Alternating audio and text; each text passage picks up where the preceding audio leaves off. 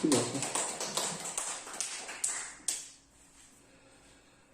오늘은 어린 양과 빛에 대해서 은혜를 나누고자 합니다. 오늘 본문은 해와 달의 비침도 필요 없는, 다시 말하면 하나님의 영광의 빛인데 어린 양이 등불이 되신다. 이것은 천국을 의미하는 거예요. 천국의 모습을 보여줍니다. 이 땅에는 해와 달과 별이 있고 낮과 밤이 있지만 천국에는 해도 햇빛도 달빛도 필요 없습니다. 예수님의 어린 양의 등불로 그것도 영원히 비추게 될 것입니다. 아멘. 우리 이 말씀으로 볼 때 예수님은 천지 창조 이전부터 계셨고 창조주 하나님이셨고 또 지금껏 계셨고 앞으로도 계속 영원히 계시는 분으로 우리는 그렇게 믿습니다. 아멘. 그러면 우리는 이 영원 속에서 우리 시간보다 하나님의 시간은 어떻게 됩니까? 1000년이 하루 같다 했잖아요. 아멘. 그러면 지금 역사 성경은 6000년인데 이게 6일 된 거예요. 하나님의 시간과 인간의 계산은 이렇게 다르죠. 근데 영원한 이 시간과 이 영원한 곳 통해서 구원을 받았다. 자, 우리 어떻게 해서 이 영원한 시간 속에서 구원받은 존재가 되었는가? 한번 성경을 통해서 알아봅시다. 잠언 8장 22절 26절을 보면은 여호와께서 그 조화의 시작 곧 태초에 일하시기 전에 나를 가시셨고 만세 전부터 태초로부터 땅이 생기기 전부터 내가 세움을 받았다. 그러니까 조화의 시작 천지 창조 이전에 나를 가지셨고 만세 전부터 태초로부터 땅이 생기기 전부터 세움을 받았고 아직 바다가 생기지 아니하였고 큰 샘들이 있기 전에 내가 이미 났다. 산이 세워지기 전에 언덕이 생기기 전에 내가 이미 났고 하나님이 아직 땅도 들도 세상 진토의 근원도 짓지 아니하였을 때 내가 있었다. 자, 그럼 우리의 구원의 존재, 여기서 구원의 존재는 예수 그리스도 어린 양의 관계로 우리는 이것을 매우 중심으로 삼아야 됩니다. 그러면 우리가 영원한 시간 속에, 영원한 생명 속에 이 땅에 사는데 이 땅은 한계가 있어요. 그래서 죽을 운명, 육신의 운명에 대해서 잠깐 먼저 언급해 보고자 합니다. 시편 90편에 보면 5절 6절에 너희는 잠깐 자는 것 같으며 아침에 돋는 풀 같아서 아침에는 피어 자라다가 저녁에는 벤바되어 마르나이다. 우리 인생이 길면 성경엔 70, 강건한 80이라도 그럼 지금 의학적으로 지금 수명이 120살을 산다 해도 잠깐 자는 것 같다. 아침에 돋는 풀과 같다. 그렇게 표현했습니다. 물론 지금 육신의 그 수명을 볼 때 목사님들이 제일 오래 사십니다. 종교인 중에서도 물론 스님들도 거의 따라서 오래 장수하는 사람 있지만 거의 목사님들 제가 최근에 아는 분 중에서는 103살까지 사신 목사님 계셨고 뭐 한경진 목사님은 99 사셨고 그런데 시편 103편 여기 보면은 15절 16절 인생은 그날이 풀과 같으며 잠깐 지나는 것 같으며 그 영화가 들의 꽃과 같다다. 인생은 풀과 같고 영화는 들의 꽃과 같다. 들의 꽃 화무는 11호입니다. 꽃이 활짝 펴서 펴있는 기간은 10일이다. 야고보 4장 14절 너희 생명이 무엇이냐 너희는 잠깐 보이다가 없어지는 안개니라. 안개는 풀보다도 더 약해요. 금방 생겼다가 금방 없어지는 겁니다. 겨울에 우리가 추울 때 입에서 뭐 말하면 그 말이 이게 안개처럼 소리가 돼서 나오더니 잠깐 없어지잖아요. 그와 같이 인생은 짧은 것을 말해주고 있습니다. 근데 이렇게 우리가 짧은 육신을 살다가 영원한 생명으로 들어가는 것인데, 영원한 생명을 얻는 것인데, 우리는 그럼 한번 태어났다가 죽는 건 정하시고 심판을 받는데, 우리가 영원한 생명이 아니라면, 우리 기독교인들은 또 가장 불행한데, 반면에 예수 믿지 않는 사람들은 그걸 좋아할 거예요. 근데 죽으면 죽으리라의 저자 안희숙 사모님은 전도하실 때 당신은 죽는데 그걸 안 죽는다는 거예요. 당신은 영원히 죽지 않는다는, 그건 육신이 죽지 않는다는 게 아니라 죽어서 지옥에 가서 영원히 살든지 죽어서 천국에 가서 영원히 살든지 둘 중에 하나다, 그거 말씀하시면서 지옥 가지 말고 천국 가야 된다, 그렇게 전도하신 거예요. 그게 맞는 겁니다. 그러니까 우리는 영원한 생명, 예수님의 창조 이전 때부터 지금까지, 그리고 앞으로 영원한 시간을 우리가 영생을 보장받게 되는데, 예수님이 영원에서 창조 이전부터 지금까지 앞으로도 이렇게 영원한 생명으로 사시는 것처럼 예수님이 이 땅에서 죽으셨지만 부활하셔서 영원한 영생의 주님을 우리가 따르고 믿고 구원을 받으면 예수님처럼 영원한 존재가 되는 거예요. 그러니까 구원의 좋은 소식, 복된 소식, 하나님의 말씀을 가리켜 그렇게 얘기하고 있는데, 제가 지난 시간도 말씀드렸지만 이렇게 복된 소식에는 보혈의 피에 빨간색으로 표지가 되어 있어요. 보혈의 피가 핵심인데, 그러니까 창세기부터 말라기까지의 구약 말씀도 예수 그리스도를 예표했습니다.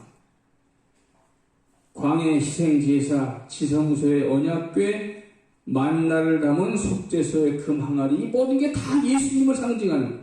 그리고 신약의 마태복음에서 오늘 말씀드린 요한계시록까지의 기록도 모든 것이 다 예수 그리스도에 관한 내용입니다.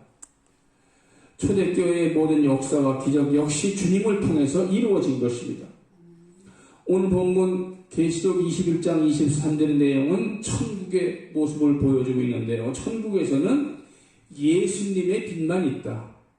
예수 그리스도의 빛, 밝은 빛 때문에 해와 달의 비침도 쓸데없다. 그러면 햇빛이 얼마나 밝습니까? 우리가 어떠한 게 장치 없이 햇빛을 계속 보면 눈이 멀고 맙니다. 이렇게 햇빛은 강하고 참, 그런데 예수님의 빛이 더 밝으니까 햇빛도 달빛도 필요 없어요.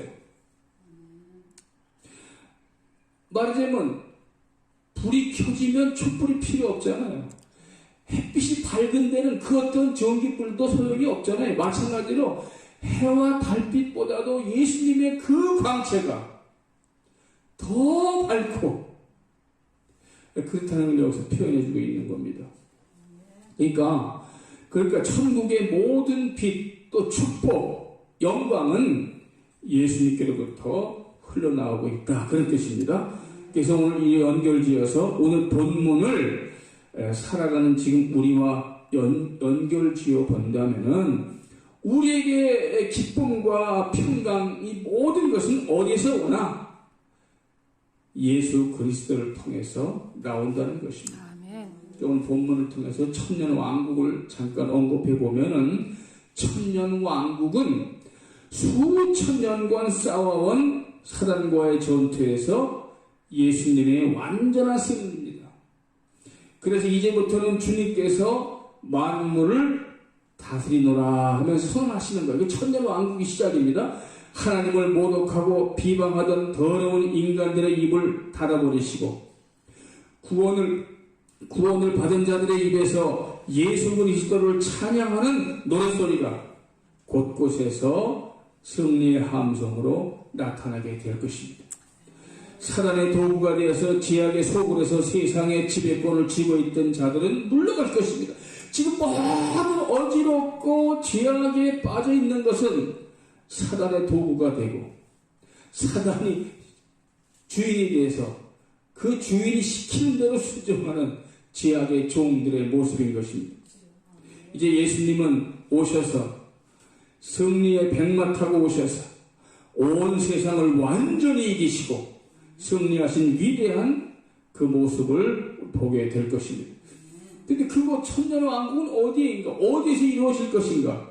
이것은 성경적으로 예루살렘이 그리스도 왕국의 중심지가 될 것입니다. 제가 예전에 어느 부흥회 갔어요. 어디 부흥회 갔는데 조은기 목사님이 종말론 부흥회 하시더라고요. 마지막 전쟁은 러시아 그쪽에서 유대 예루살렘 유다 땅을 공격해 올 때 거기서 이제 이스라엘이 이기고 이렇게 되는 여러 과정을 말씀해 주시더라고요. 그러니까 예루살렘의 영광이 만방에 퍼져서 이제 이김으로 거룩과 행복과 기쁨의 바다를 이루는 것. 천대는 왕국입니다. 근데 오늘 본문의 중심으로 천국엔 없는 게 있어요. 예수님 안에서 이게 다 있지만 없는 게 무엇이냐? 이 땅에서는 해와 달이 분명 존재합니다.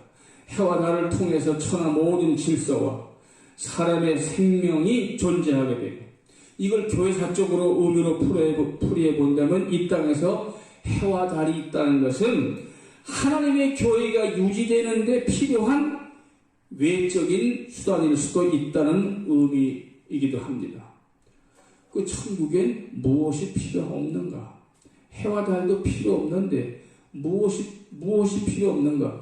우리가 성만찬식 하잖아요. 이 땅에 우리 있는 성도들이 성만찬식이 필요 없죠. 예수님을 바로 만나니까요. 또 목회자도 필요 없습니다. 복음 전도도 필요 없습니다. 다 이루어졌기 때문에. 근데 다만 안식일에 문제는 안식은 그대로 가져갑니다. 11조 안 내도 돼요. 그러나 우리가 안식일은 그대로 가서 안식하는 거예요. 유대인들의 가장 큰 특징, 제가 지난번 말씀드렸듯이 안식일을 지키는 거예요. 지금도 이스라엘 여행 가보면 사이렌 울리면서 모든 상점이 철시하고 철저하게 전 국민이 다 안식일을 지키는 거예요. 유대인 아주 그 특징 아니에요? 그러니까 이 안식일이 그대로 가져가는데, 그 다음에 주기도문 있잖아요. 우리가 매번 우리에게 일용할 양식을 주시옵소서 매일 기도할 필요가 천국에 없어요. 먹지 않고 모든 게 충족이 됐으니까.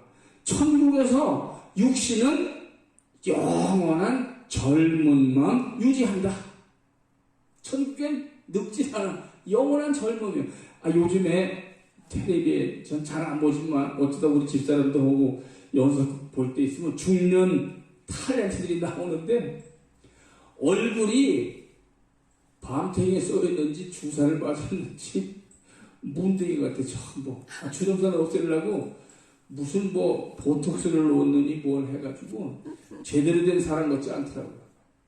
젊음을 유지하려고. 그게 유지가 됩니까? 이게 거짓말하는 거지. 건강하게 살고 운동하고 깨끗하게 살고 활력 있게 살고 늙어도 늙은 대로 아름다운 모습이 있는 건데 억지로 그런 걸 하지 않고 주사 맞아가지고 주름만 죽이려고 하니까 전부 문댕이들만 나오는 것 같아요. 옛날 얼굴은 다 없어지고. 그 천국에서 잘 알아보지 못, 하나님은 다 아시지만 몰라보는 사람이 있대. 누구냐 했더니 성령 수술하고 올라간 사람을 하나님은 난 널 모른다 그러는데 내가 너 만들 땐 그렇지 않았는데 얼굴이 왜 이렇게 변해서 왔느냐고. 이 땅에서는 늙지만 천국에는 영원한 젊음입니다. 우리 예수님도 젊으셔서 젊은 예수님, 청년 예수님으로 사역하시다가 젊을 때 십자가에 못 박혀 죽으시고 젊으셨을 때 부활하셨어요. 천국에는 영원한 젊음이에요. 늙지 않습니다. 몇천 년, 몇만 년. 얼마나 좋은 곳입니까? 이 땅에서 죽지 않으려고, 늙지 않으려고 주사 맞고 저 얼마나 불쌍한 인간들입니까? 근데 저는 머리가 좀 사실 좀 빠진 편에 그래서 사람들이 다른 목사님들은 전부 가발하는데 좀 가발 좀 하시면 목사님 피부도 좋고 젊고 하시는데 얼마나 좋겠냐 그러는데 물론 그런 저것도 없지만 그대로 우리는 아름답게 이렇게 살기를 원하는 것입니다. 천국에는 의복이 필요 없어요. 천국에는 수고도 아니하고 길쌈도 아니합니다. 근데 가나안 땅에 들어가는 이스라엘 백성들에게 40년간 옷이 헤어지지 않고 신발도 헤어지지 않았어. 하나님이 지켜주신 거예요. 아멘. 지금은 신발 몇 년 신습니까? 옷 얼마나 입습니까? 다 날개가 없어지잖아요.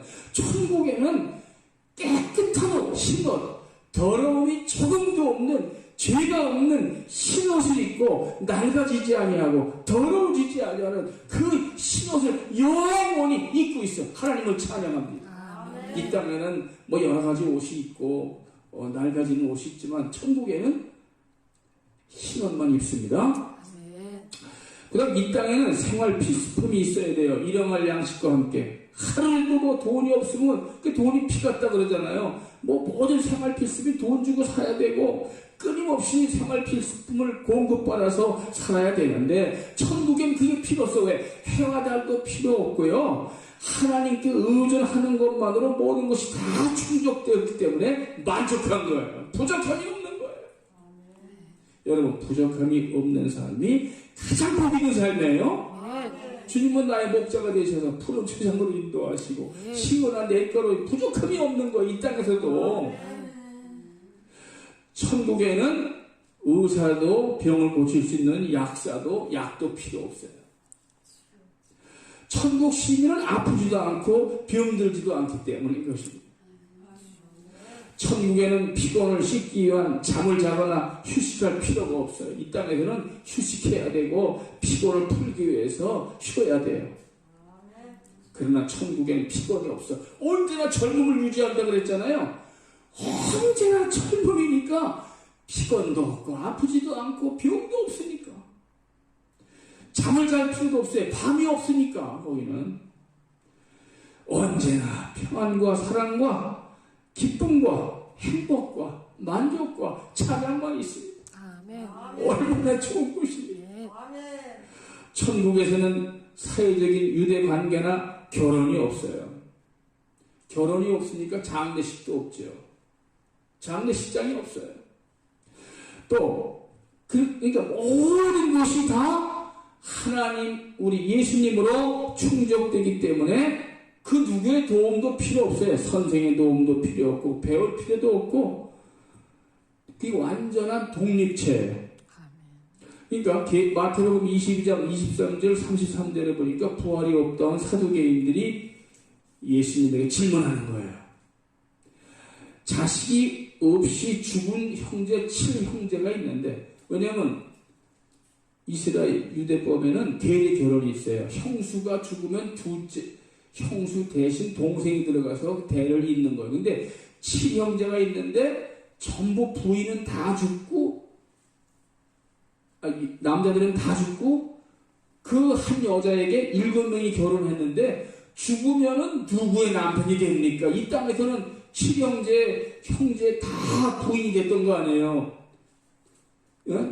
둘째, 셋째, 넷째, 다섯, 일곱째까지 다 죽었어. 이상한 그 사람하고만 결혼하면 죽어. 그런데 걔네 결혼해가지고 그렇게 살았는데 누구의 아내가 됩니까? 누구의 이렇게 남편이 됩니까? 난감하잖아요. 우리 주님은 뭐라 그러셨어요?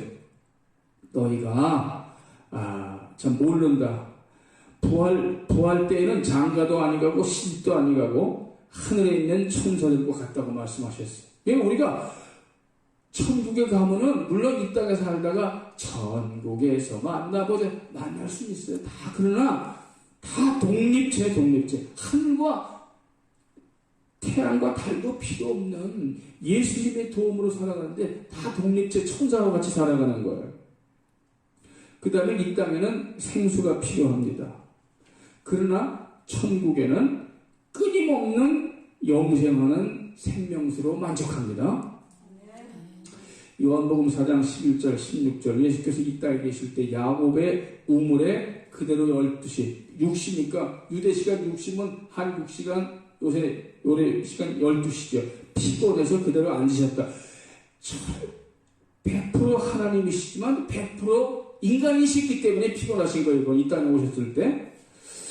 근데 사마리아 여자가 와서 물을 깃는데 대화하셨어요. 그 장면 중에서 예수님이 말씀하시되 이 물을 마시는 자마다 다시 목마르느니와 내가 주는 물을 마시는 자는 영원히 목마르지 아니하리니 그 속에서 영생하도록 솟아나는 샘물이 되리라. 그러니까 예수님 안에서는 영원히 목마르지 않아. 그 속에 영생하도록 솟아나는 샘물이 되리라. 아멘. 요한복음 7장 38절 나를 믿는 자는 성경의 이름같이 그 배에서 생수의 강이 흘러나오리라. 아멘. 요한계시록 21장 6절에 나는 알파와 오메가요 처음과 나중이라 내가 생명수 샘물을 목마른 자에게 값없이 주리니. 아멘. 생수의 근원입니다.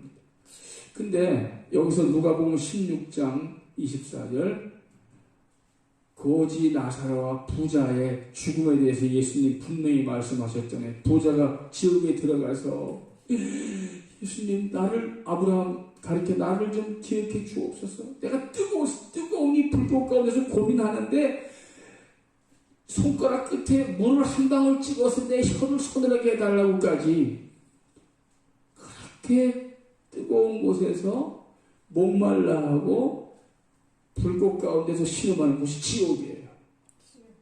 그러니까 여러분 천국에 가면 생명수로